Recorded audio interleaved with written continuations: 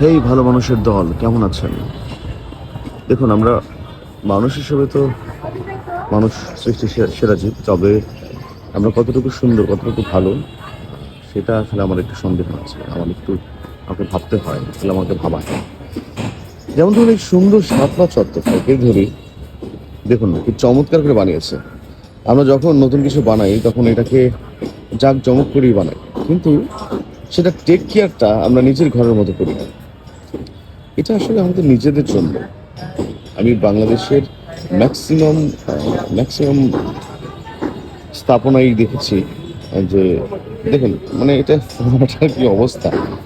এটা যদি আমি নিজে ব্যবহার করতাম এবং নিজের বাড়ির মতো ভাবতাম, তাহলে হয়তো বা আমি এটাকে সুন্দর করে রাখতাম, ভালো করে রাখতাম।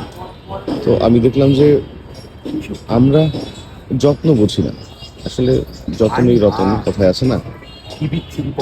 হ্যাঁ, আমাদের বাংলার মানুষ, আমরা মানে বাঙালির মানে এতটাই মানে বিশ্রী, আসলে কিছু বলার নেই আমার আসলে। স্ট্রেঞ্জ। আমরা টাঙ্গাইল আছি আজকে। টাঙ্গাইল শুধু নয়, সারা বাংলাদেশের সব জায়গাতে একই অবস্থা, এত নোংরা আমরা।